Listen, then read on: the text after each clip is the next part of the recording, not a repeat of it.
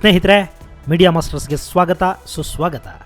ಗೆಳೆಯರೆ, ಇಡೀ ಭಾರತ ಲಾಕ್ಡೌನ್ ಆಗಿದೆ. ಸಮಸ್ಯೆ ಎಷ್ಟು ಗಂಭೀರವಾಗಿದೆ ಅನ್ನೋದನ್ನು ಅರ್ಥ ಮಾಡ್ಕೊಳ್ಳದೆ ಈಗಲೂ ಬೀದಿಗಿಳಿತಿರೋ ಜನರನ್ನು ಪೊಲೀಸರು ಲಾಠಿಗಳಿಂದ ಹೊಡೆದು ಕಳಿಸ್ತಾ ಇದ್ದಾರೆ. ಇಲ್ಲಿ ಒಂಥರ ಎಲ್ಲ ಗೊಂದಲ. 21 ದಿನ ಅಂದರೆ ಅದು ಸುಮ್ಮನೆ ಮಾತಲ್ಲ. 3 ವಾರಗಳ ಕಾಲ ಮನೆಯಲ್ಲಿದ್ದು ಬಿಟ್ಟರೆ ಸಾಕಷ್ಟು ಜನ ತಮ್ಮ ಬದುಕುಗಳನ್ನು ಕಳ್ಕೋತಾರೆ. ಅವರಿಗೆ ಅವರ ಭವಿಷ್ಯದ ಚಿಂತೆ. ಆರ್ಥಿಕವಾಗಿ ದೇಶ ಇನ್ನಷ್ಟು ಸುಸ್ತಾಗುತ್ತೆ. ಈಗಾಗಲೇ ನಷ್ಟಕ್ಕೀಡಾಗಿರೋ ಉದ್ಯಮಗಳು ಇನ್ನು ಚೇತರಿಸಿಕೊಳ್ಳಲಾಗದ ಸ್ಥಿತಿಗೆ ತಲುಪುತ್ತವೆ. ಆದರೂ ಈ 21 ದಿನಗಳ ಗೃಹಬಂಧನ ಅನಿವಾರ್ಯ. ಈಗಾಗಲೇ ಬೆಂಗಳೂರಲ್ಲಿ ಸೋಂಕಿತರ ಸಂಪರ್ಕಕ್ಕೆ ಪ್ರತ್ಯಕ್ಷ ಹಾಗೂ ಪರೋಕ್ಷವಾಗಿ 1 ಲಕ್ಷ ಜನ ಬಂದಿರಬಹುದು ಅಂತ ಸರ್ಕಾರಿ ಮೂಲಗಳು ಅಂದಾಜಿಸ್ತಾ ಇವೆ. ಇದರ ಹಿಂದೆ ಜನರ ಬೇಜವಾಬ್ದಾರಿತನ ಇದೆ, ಸರ್ಕಾರದ ಮೂರ್ಖ ನಿರ್ಧಾರಗಳಿವೆ, ಎಡಬಿಡಂಗಿತನಗಳಿವೆ, ಏನು ಮಾಡಬೇಕು ಅನ್ನೋದೇ ಗೊತ್ತಾಗದೆ ತೆಗೆದುಕೊಂಡ ಕೆಲ ಅವಿವೇಕದ ನಿರ್ಧಾರಗಳಿವೆ. ಇಲ್ಲಿ ಸಮಸ್ಯೆ ಎಂಥದ್ದು ಮತ್ತು ಅದಕ್ಕೆ ಪರಿಹಾರ ಏನು ಅನ್ನೋದು ಆಳುವವರಿಗೂ ಗೊತ್ತಿಲ್ಲ, ಆಳಿಸಿಕೊಳ್ಳೋರಿಗೂ ಗೊತ್ತಿಲ್ಲ. ನಡೀತಿರೋದೆಲ್ಲ ಪ್ರಯೋಗನೇ. ಅದು ಸರಿ, ಈಗ ನಾವು 21 ದಿನ ಮನೇಲಿದ್ದು ಬಿಟ್ರೆ ಈ ಸಮಸ್ಯೆ ಮುಗಿದು ಹೋಗುತ್ತಾ? 22ನೇ ದಿನ ನಾವು ಮನೆಯಿಂದ ಹೊರಬರುವ ವೇಳೆಗೆ ವೈರಾಣು ನಾಶವಾಗಿರುತ್ತಾ? ಇಂಥ ಪ್ರಶ್ನೆ ನಮ್ಮಲ್ಲಿ ಸಾಕಷ್ಟು ಜನರನ್ನು ಕಾಡ್ತಾ ಇರಬಹುದು. ಗೆಳೆಯರೆ, ನೆನಪಿಟ್ಕೊಳ್ಳಿ, ಜಗತ್ತಲ್ಲಿ ಯಾವ ವೈರಾಣು ಕೂಡ ಸಂಪೂರ್ಣವಾಗಿ ನಾಶವಾದ ಇತಿಹಾಸ ಇಲ್ಲ. ಆದರೆ ನಾವು ವೈರಾಣುವಿನ ವಿರುದ್ಧ ರೋಗ ನಿರೋಧಕ ಶಕ್ತಿಯನ್ನು ಹೆಚ್ಚು ಮಾಡಿಕೊಳ್ಳೋ ಪ್ರಯತ್ನಗಳನ್ನು ಮಾಡ್ತಾ ಹೋಗ್ತೀವಿ. ಲಸಿಕೆಗಳು ಮಾಡೋದು ಅದೇ ಕೆಲಸವನ್ನೇ. ವೈರಾಣುಗಳಿಂದ ಬರೋ ರೋಗಗಳನ್ನು ತಡೆಗಟ್ಟೋದಕ್ಕೆ ಮತ್ತು ಎದುರಿಸೋದಕ್ಕೆ ಔಷಧಗಳನ್ನು ಕಂಡುಹಿಡಿತೀವಿ. ಹೀಗೆ ವೈರಾಣುವಿನ ವಿರುದ್ಧದ ಯುದ್ಧವನ್ನು ಮನುಷ್ಯ ಮುಂದುವರಿಸಿದರೆ ವೈರಾಣು ಕೂಡ ಸುಮ್ಮನೆ ಕೂತ್ಕೊಳ್ಳೋದಿಲ್ಲ. ಅದು ಕೂಡ ಒಂದಷ್ಟು ವರ್ಷಗಳ ನಂತರ ಮತ್ತೆ ಹೊಸ ರೂಪ ಪಡ್ಕೊಳ್ಳುತ್ತೆ, ಹೊಸ ವೇಗವನ್ನು ಪಡ್ಕೊಳ್ಳುತ್ತೆ, ಹೊಸ ಶಕ್ತಿಯ ಜೊತೆಗೆ ಮನುಕುಲದ ಮೇಲೆ ದಾಳಿ ಮಾಡುತ್ತೆ. ಈಗ ಹರಡಿರೋ ಈ ಚೀನಾದ ವೈರಾಣು ಇರಬಹುದು, ಅಥವಾ ಹಂಟ ಇರಬಹುದು, ಇನ್ಯಾವುದೇ ವೈರಾಣು ಇರಬಹುದು, ಇವ್ಯಾವೂ ಕೂಡ ಹೊಸದಾಗಿ ಹುಟ್ಟಿಕೊಂಡಿರೋವೇನಲ್ಲ. ದಶಕಗಳ ಹಿಂದೆನೇ ಈ ವೈರಾಣುಗಳನ್ನು ಜಗತ್ತು ಕಂಡಿತ್ತು. ಈಗ ಅವು ಮತ್ತಷ್ಟು ಶಕ್ತಿಶಾಲಿಯಾಗಿ ನಮ್ಮ ಮುಂದೆ ನಿಂತಿವೆ. ಹಾಗಾದರೆ ವೈರಾಣುವನ್ನು ನಾಶ ಮಾಡೋದಕ್ಕೆ ಸಾಧ್ಯವಿಲ್ಲ ಅಂದಮೇಲೆ ಈ ಹೌಸ್ ಅರೆಸ್ಟು, ಲಾಕ್ಔಟು, ಇದರಿಂದ ಪ್ರಯೋಜನ ಏನು? ಈ ಮಹಾಮಾರಿಯನ್ನು ತಡೆಗಟ್ಟೋದು ಹೇಗೆ? ಈ ಆತಂಕ ನಮ್ಮನ್ನು ಕಾಡೋದಕ್ಕೆ ಶುರು ಮಾಡುತ್ತೆ.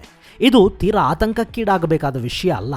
ನಿಜ, ವೈರಾಣುವನ್ನು ನಾಶ ಮಾಡೋದಕ್ಕೆ ಆಗೋದಿಲ್ಲ, ಹಾಗಂತ ಅದರ ವಿರುದ್ಧದ ಯುದ್ಧದಲ್ಲಿ ಗೆಲ್ಲೋದಕ್ಕೆ ಸಾಧ್ಯ ಇಲ್ಲ ಅಂತಲ್ಲ. ವೈರಾಣುವನ್ನು ನಿಷ್ಕ್ರಿಯಗೊಳಿಸುವ ಲಸಿಕೆಗಳನ್ನು ತಯಾರು ಮಾಡೋ ನಿಟ್ಟಲ್ಲಿ ಈಗಾಗಲೇ ಭಾರತ ಸೇರಿದ ಹಾಗೆ ಜಗತ್ತಿನ ನಾನಾ ದೇಶಗಳು ತಮ್ಮನ್ನು ತಾವು ತೊಡಗಿಸಿಕೊಂಡಿವೆ. ಅಮೆರಿಕ ಈಗಾಗಲೇ ಲಸಿಕೆಯನ್ನು ಮನುಷ್ಯರ ಮೇಲೆ ಪ್ರಯೋಗಿಸೋದನ್ನು ಕೂಡ ಶುರು ಮಾಡಿದೆ. ಆದರೂ ಇದು ಮಾರುಕಟ್ಟೆಗೆ ಬರೋದಕ್ಕೆ 1 ರಿಂದ 1.5 ವರ್ಷ ಬೇಕಾಗಬಹುದು, ಅಥವಾ ಅದಕ್ಕಿಂತ ಸ್ವಲ್ಪ ಬೇಗ ಕೂಡ ಬರಬಹುದು. ಏನೇ ಬೇಗ ಬಂದರೂ 1-2 ತಿಂಗಳಲ್ಲಿ ಆಗೋ ಕೆಲಸವಂತೂ ಇದಲ್ಲ.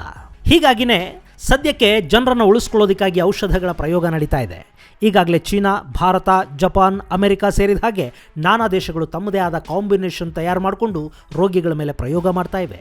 ಇನ್ನು ಇಟಲಿಯಲ್ಲಿ ಸಾವಿನ ರುದ್ರ ನರ್ತನವನ್ನು ನಿಯಂತ್ರಿಸೋದಕ್ಕೆ ಕ್ಯೂಬಾ ತನ್ನ ದೇಶದ ವೈದ್ಯರನ್ನು ಮತ್ತು ತಾನು ಈ ಹಿಂದೆ ಕಂಡುಹಿಡಿದಿದ್ದ ಔಷಧವನ್ನು ಕೂಡ ಕಳುಹಿಸಿಕೊಟ್ಟಿದೆ. ಭಾರತದಲ್ಲಿ ಕೂಡ ಸುಮಾರು 40ಕ್ಕೂ ಹೆಚ್ಚು ರೋಗಿಗಳು ಸಂಪೂರ್ಣವಾಗಿ ಗುಣಮುಖರಾಗಿದ್ದಾರೆ. ವಿಶ್ವದಾದ್ಯಂತ ಗುಣಮುಖರಾಗ್ತಿರೋರ ಸಂಖ್ಯೆ ಸಾವಿನ ಸಂಖ್ಯೆಗಿಂತ ತುಂಬಾ ಹೆಚ್ಚಿದೆ. ಹೀಗಾಗಿನೇ ಕರೋನಾ ಬಗ್ಗೆ ತೀರಾ ಆತಂಕಕ್ಕೀಡಾಗಬೇಕಿಲ್ಲ. ಹಾಗಾದರೆ ಸಾವಿನ ಸಂಖ್ಯೆ ಕಡಿಮೆ ಇರುವಾಗ ಇದಕ್ಕೆ ಹೆದರಿ 3ನೇ ಸ್ಟೇಜು, 4ನೇ ಸ್ಟೇಜು ಅಂತ ನಮ್ಮನ್ನೆಲ್ಲ ಮನೆಗಳಲ್ಲೇ ಕೂಡ ಹಾಕಿರೋದು ಯಾಕೆ? ಗೆಳೆಯರೆ, ಇಲ್ಲಿ ರೋಗ ಹರಡಿದ ಮೇಲೆ ಅದಕ್ಕೆ ಟ್ರೀಟ್ಮೆಂಟ್ ಕೊಟ್ಟು ಸರಿ ಮಾಡೋದು ಒಂದು ಕಡೆ, ಅದು ಹರಡದ ಹಾಗೆ ತಡೆಯೋದು ಇನ್ನೊಂದು ಕಡೆ. ಈ ರೋಗಾಣು ಇದೆಯಲ್ಲ, ಇದು ಈ ಹಿಂದೆ ಬಂದ ವೈರಾಣುಗಳಿಗಿಂತ ಭಯಾನಕ ಅನಿಸೋದು ಯಾಕೆ ಅಂದರೆ ಇದು ಹರಡುತ್ತಿರೋ ರೀತಿಯಿಂದ. ಇದು ಮನುಷ್ಯನಿಂದ ಮನುಷ್ಯನಿಗೆ ಹರಡಬಲ್ಲ ವೈರಾಣು. ಸೋಂಕಿತ ವ್ಯಕ್ತಿಯೊಬ್ಬ ಇನ್ನೊಬ್ಬರ ಸಂಪರ್ಕಕ್ಕೆ ಬಂದರೂ ಸಾಕು ವೈರಾಣು ಹರಡುವ ಸಾಧ್ಯತೆ ಇರುತ್ತೆ. ಮತ್ತು ಈ ಸೋಂಕು ತಗುಲಿದೆ ಅನ್ನೋದು ಗೊತ್ತಾಗೋದಕ್ಕೆ ಬೇಕಾದ ಸಮಯ ಇದೆಯಲ್ಲ, ಅಷ್ಟರಲ್ಲಿ ಇನ್ನಷ್ಟು ಜನರನ್ನು, ಮತ್ತಷ್ಟು ಜನರನ್ನು ಇದು ವ್ಯಾಪಿಸಿ ಬಿಡುತ್ತೆ. ಇದೊಂಥರ ಮಲ್ಟಿ ಲೆವೆಲ್ ಮಾರ್ಕೆಟಿಂಗ್ನ ಚೈನ್ ಇದ್ದ ಹಾಗೆ. ಒಬ್ಬ 10 ಜನಕ್ಕೆ, ಆ 10 ಜನ 100 ಜನಕ್ಕೆ, ಅವರು 1000ಕ್ಕೆ, ಆ 1000 10,000ಕ್ಕೆ, ಹೀಗೆ ಸಂಖ್ಯೆ ಹೆಚ್ಚಾಗ್ತಾ ಹೋಗುತ್ತೆ.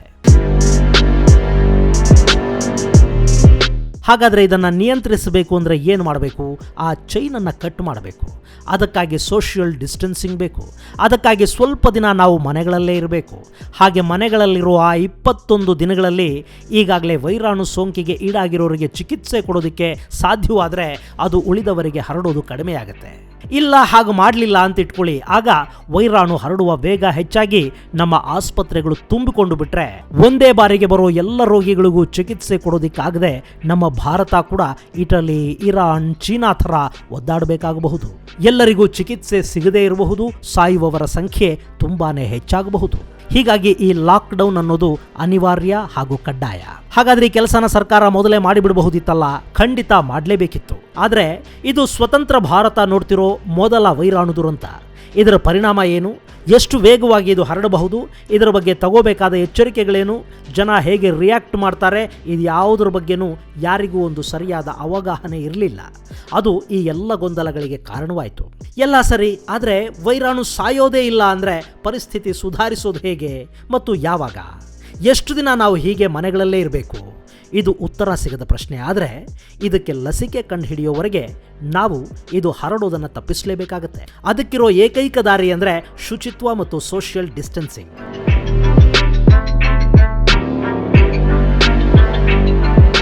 ಗೆಳೆಯರೇ, ಈ ಹಿಂದೆ ಸಾರ್ಸ್ ಬಂತಲ್ಲ, ಅದು ಜಪಾನ್ನಲ್ಲಿ ಅಬ್ಬರ ಇಟ್ಟಾಗ ಅಲ್ಲಿನ ಜನ ತಮ್ಮ ಬದುಕಿನ ಶೈಲಿಯನ್ನು ಬದಲಿಸ್ಕೊಂಡ್ರು. ಪರಸ್ಪರ ಕೈ ಕುಲುಕೋದನ್ನು, ಅಪ್ಪಿಕೊಳ್ಳೋದನ್ನು ಸಂಪೂರ್ಣವಾಗಿ ನಿಲ್ಲಿಸಿದ್ರು. ಅವರ ಸಾಂಪ್ರದಾಯಿಕ ಶೈಲಿಯಲ್ಲಿ ದೂರದಿಂದಲೇ ಬಗ್ಗಿ ನಮಸ್ಕರಿಸುವ ಮೂಲಕ ಪರಸ್ಪರ ವಿಶ್ ಮಾಡೋದನ್ನು ಅಭ್ಯಾಸ ಮಾಡಿಕೊಂಡ್ರು. ಮಾಸ್ಕ್ ಧರಿಸೋದು ಅವರ ಸಂಪ್ರದಾಯದಂತಾಗಿ ಹೋಯಿತು. ಹೊರಗೆ ಬರುವಾಗ ಬಟ್ಟೆ ಹಾಕ್ಕೊಳ್ಳೋದನ್ನು ನಾವು ಹೇಗೆ ಮರೆಯೋದಿಲ್ವೋ ಹಾಗೇನೆ ಅವರು ಸಾರ್ವಜನಿಕ ಸಂಪರ್ಕ ಸಾಧನಗಳನ್ನು ಬಳಸುವಾಗ ಮಾರುಕಟ್ಟೆಗಳಲ್ಲಿ, ರೈಲು, ಬಸ್ಸುಗಳಲ್ಲಿ, ಜನನಿಬಿಡ ಸ್ಥಳಗಳಲ್ಲಿ ಮಾಸ್ಕ್ ಧರಿಸೋದನ್ನು ಅಭ್ಯಾಸ ಮಾಡಿಕೊಂಡ್ರು. ಈ ಬಾರಿ ಕರೋನಾ ಕಾಟ ಅವರನ್ನು ಹೆಚ್ಚಾಗಿ ಬಾಧಿಸಲಿಲ್ಲ.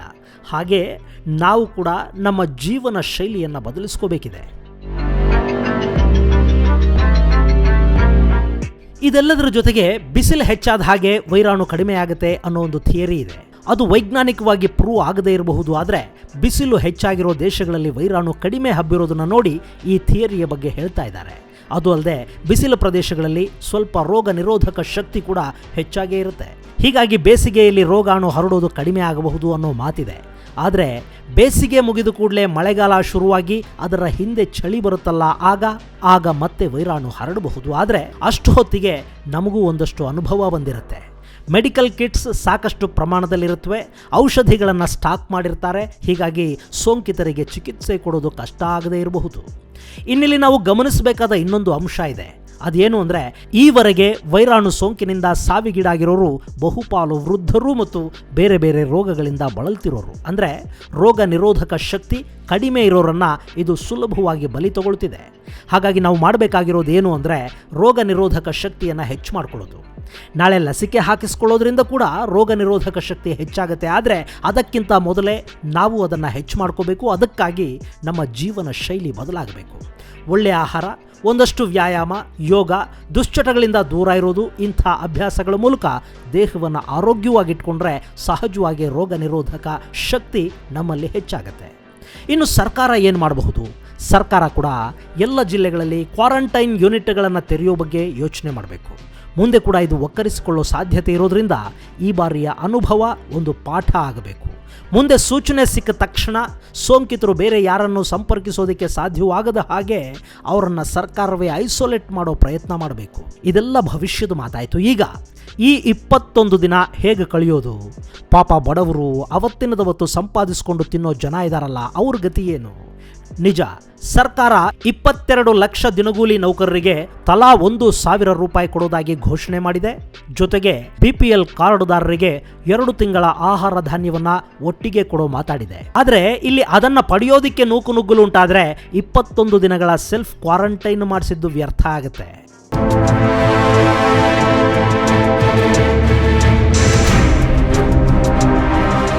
ಇನ್ನು ಎಲ್ಲ ಬಡವರ ಹತ್ರನೂ ಕಾರ್ಡ್ಗಳಿಲ್ಲ. ಸಾಕಷ್ಟು ಜನ ಕೂಲಿ ನಾಲಿ ಮಾಡಿಕೊಂಡು ಬದುಕ್ತಿರೋರು, ದಿನಗೂಲಿ ನೌಕರರು, ಕಾರ್ಖಾನೆಗಳಲ್ಲಿ ಕೆಲಸ ಮಾಡೋರು, ಸಣ್ಣ ವ್ಯಾಪಾರಿಗಳು, ಹೀಗೆ ಅವತ್ತಿನದವತ್ತು ದುಡಿಯೋ ಜನ ಇದ್ದಾರೆ. ಅವ್ರ ಬಗ್ಗೆ ಕೂಡ ಕೇರ್ ತಗೋಬೇಕಾಗತ್ತೆ.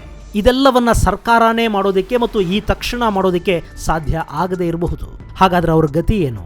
ಗೆಳೆಯರೇ, ಈ ಜವಾಬ್ದಾರಿಯನ್ನ ಕಾರ್ಪೊರೇಟರ್ಗಳು ಮತ್ತು ಪಟ್ಟಣ ಪಂಚಾಯಿತಿಗಳ ಸದಸ್ಯರು ಹೊರಬೇಕಾಗತ್ತೆ ಮತ್ತು ಅವರು ಈಗ ಹೊರಗೆ ಬರಬೇಕಾಗತ್ತೆ. ಈಗ ಬೆಂಗಳೂರಿನಂಥ ನಗರದಲ್ಲಿ ಒಂದು ವಾರ್ಡಲ್ಲಿ ಹೆಚ್ಚು ಅಂದರೆ ಒಂದು 10,000 ಮನೆಗಳಿರಬಹುದು. ಅಲ್ಲಿನ ಕಾರ್ಪೊರೇಟರ್ ತನ್ನ ವಾರ್ಡಿನ ಜವಾಬ್ದಾರಿಯನ್ನು ಸಂಪೂರ್ಣವಾಗಿ ತಗೋಬೇಕಾದ ಕಾಲ ಇದು. ಅಲ್ಲಿನ ಮನೆಗಳಿಗೆ ಅಂಗಡಿಗಳಿಂದ ಬೇಕಾದ ಸಾಮಾನು, ತರಕಾರಿ, ಕಿರಾಣಿ, ಔಷಧ ಇದನ್ನೆಲ್ಲ ತಲುಪಿಸುವ ವ್ಯವಸ್ಥೆ ಮಾಡಿ ಅದಕ್ಕೆ ಅದರ ಹಣವನ್ನು ಅವರಿಂದ ತಗೊಳ್ಳಿ.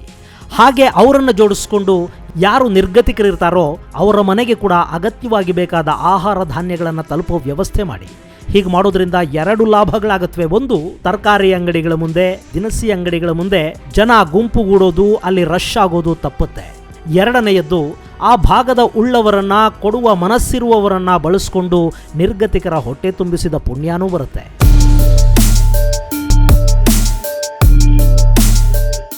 ಇದು ಸಾಧ್ಯವಾಗದ ಕೆಲಸ ಅಲ್ಲ, ಮಾಡೋ ಇಚ್ಛಾಶಕ್ತಿ ಬೇಕು.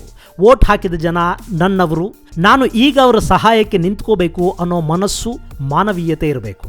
ಯಾವ ಜನಪ್ರತಿನಿಧಿ ಕೆಲಸ ಮಾಡ್ತಾನೋ ಅವನು ಯಾವುದೇ ಪಕ್ಷದವನಾಗಿರಲಿ, ಜನ ನಿಜವಾಗ್ಲೂ ಅವನನ್ನು ಪ್ರೀತಿಸ್ತಾರೆ. ಇನ್ನು ಸಂಘ ಸಂಸ್ಥೆಗಳು, ನೀವು ಕೂಡ ಈ ಕೆಲಸ ಮಾಡಬಹುದು.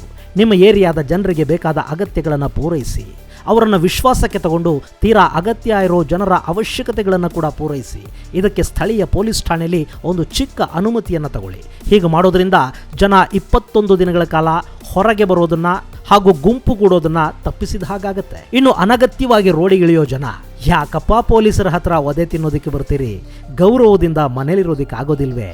ಸ್ನೇಹಿತರೆ, ಇದು ಈ ವೈರಾಣು ಹೋಗೋದಕ್ಕೆ ಎಷ್ಟು ದಿನ ಬೇಕು ಮತ್ತು ಈ ಕಷ್ಟ ಕಾಲವನ್ನು ನಿಭಾಯಿಸೋದು ಹೇಗೆ ಅನ್ನೋ ಬಗೆಗಿನ ಸಣ್ಣ ಮಾಹಿತಿ ಮುಂದಿನ ಸಂಚಿಕೆಯಲ್ಲಿ ಮತ್ತೆ ಸಿಗೋಣ. ಅಲ್ಲಿವರೆಗೆ ಜೈ ಹಿಂದ್, ಜೈ ಕರ್ನಾಟಕ.